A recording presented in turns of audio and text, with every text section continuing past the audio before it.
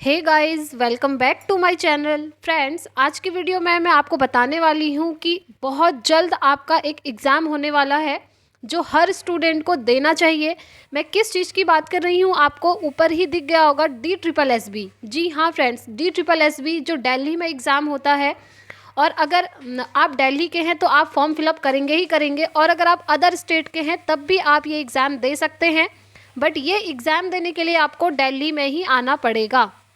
ठीक है, सबसे पहले ये चीज़ आपको पता होनी चाहिए, तब जाकर ही आप लोग सोचेंगे कि आपने फॉर्म फिल करना है या फिर नहीं करना है। एग्ज़ाम दिल्ली में ही होगा, और अगर आप अदर स्टेट के हैं तो फॉर्म फिल कर सकते हैं। ठीक है, तो अगर आप लोग एलिजिबिलिटी क्राइटेरिया को फुलफिल करते हैं तो ज़रूर से फॉर्म फिलअप करिएगा, क्योंकि अभी बहुत सारी वैकेंसीज आने वाली हैं। मैं आपको बताने वाली हूँ सबसे ज़्यादा किसमें आएंगी। PRT, TGT, PGT तीनों की बात करेंगे। बहुत जल्द आपको नोटिफिकेशन देखने को मिल जाएगा फ्रेंड्स।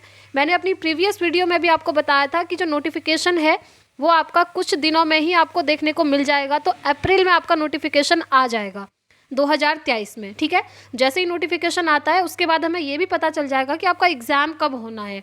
अभी एग्जामिनेशन की डेट हम लोग कुछ नहीं कह सकते हैं। ठीक है, तो अगर आपको ऑथेंटिक इन्फॉर्मेशन चाहिए तो फ्रेंड्स चैनल को ज़रूर से सब्सक्राइब कर लीजिएगा, ताकि नोटिफिकेशंस आपको टाइम से पहुंच सके। तो चलिए स्टार्ट करते हैं। दूसरा हम देख लेते हैं वैकेंसीज़। तो देखिए, वैकेंसीज़ जैसे कि PRT में आएंगी, TGT में आएंगी और PGT में आएंगी। ठीक है, ये मैंने आपको प्रीवियस वीडियो में भी थोड़ा बहुत इसके बारे में बताया था।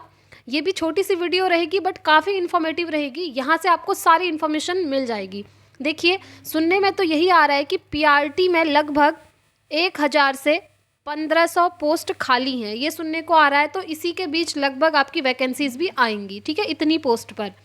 दूसरा, अगर हम TGT की बात करें तो सबसे ज़्यादा वैकेंसीज इस बार TGT में सुनने को मिल रही हैं, 10,000 के अप्रॉक्स।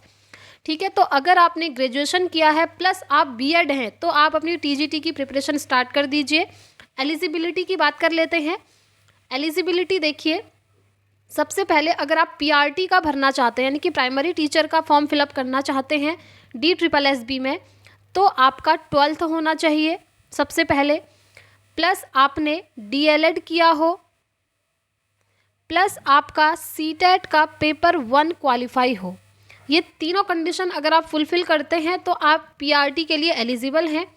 और अगर आपने DLED की जगह BTC या फिर BEd किया है ना, तब भी आप फॉर्म फिल कर सकते हैं। ठीक है, दूसरा हम बात कर लेते हैं एलिजिबिलिटी TGT की। तो TGT में देखिए, अगर आप ग्रेजुएट हैं, ग्रेजुएशन किया है, प्लस आपका BEd है, प्लस आपका CTET का पेपर 2 क्वालिफाई है, तो आप TGT के लिए आराम से अप्लाई कर सकते हैं। कोई टेंशन वाली बात नहीं है। बहुत सारी वैकेंसीज TGT में ही आपको देखने को इस बार मिलने वाली हैं। ठीक है, चलिए तीसरा हम बात कर लेते हैं PGT। तो देखिए, PGT में CTET नहीं मांगा गया है, ये बहुत अच्छी बात है। अगर आपने मास्टर डिग्री ली हुई है, मास्टर्स यानी कि अगर आपने पोस्ट ग्रेजुएशन किया है, तो आप PGT के लिए अप्लाई कर सकते हैं। ठीक है, पोस्ट ग्रेजुएशन लाइक या तो आपने MA किया होगा या MSc होगा आपका, या फिर MCOM होगा।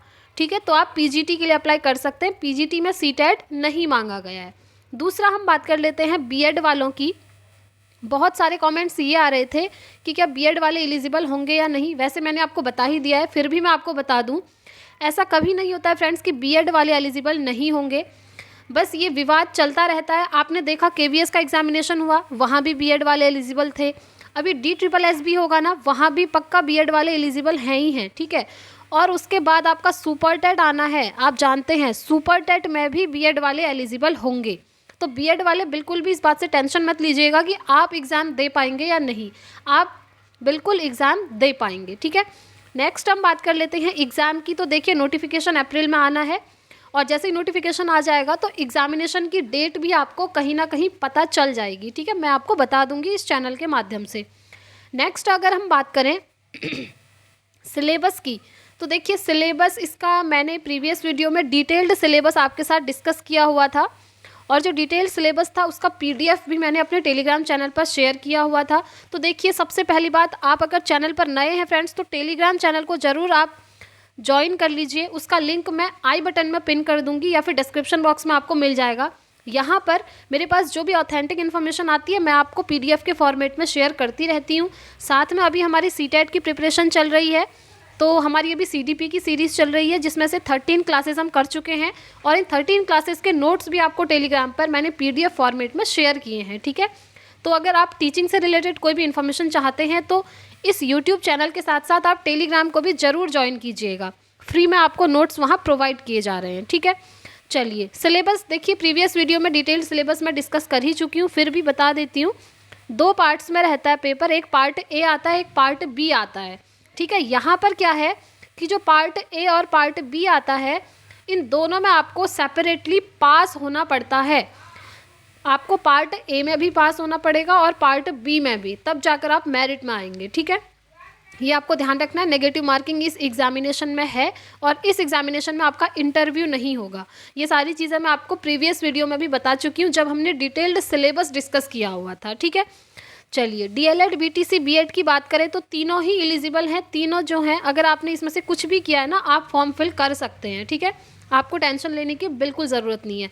नेक्स्ट हम बात कर लेते हैं देखिए नेक्स्ट हम बात करेंगे CTET की।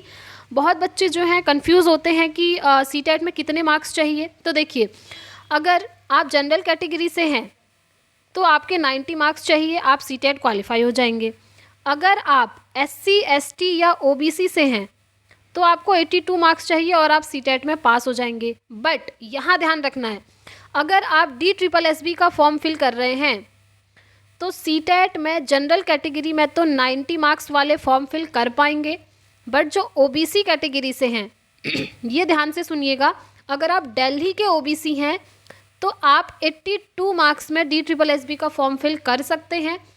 और अगर आप दिल्ली से अदर किसी स्टेट से बिलोंग करते हैं और OBC कैटेगरी में आते हैं अदर स्टेट के, तो उनको हमेशा यहाँ पर जनरल में काउंट किया जाता है, यानी कि उन्हें जब 90 मार्क्स होंगे CTET में तभी वो फॉर्म फिल कर पाएंगे, ठीक है। अदर स्टेट OBC वाले, ये आपको ध्यान रखना है।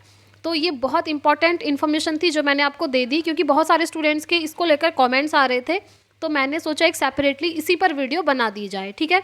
तो फ्रेंड्स, मैंने आपको सारी इन्फॉर्मेशन दे दी है। अगर अभी भी ऐसा कुछ है, कोई डाउट है आपका, तो आप कमेंट बॉक्स पे मुझसे पूछ सकते हैं, मैं आपको रिप्लाई ज़रूर करूँगी, ठीक है। और फ्रेंड्स, अगर आप चैनल पर नए हैं तो चैनल को सब्सक्राइब कर लीजिएगा ताकि ऐसे ही ऑथेंटिक इन्फॉर्मेशन आपको मिलती रहें।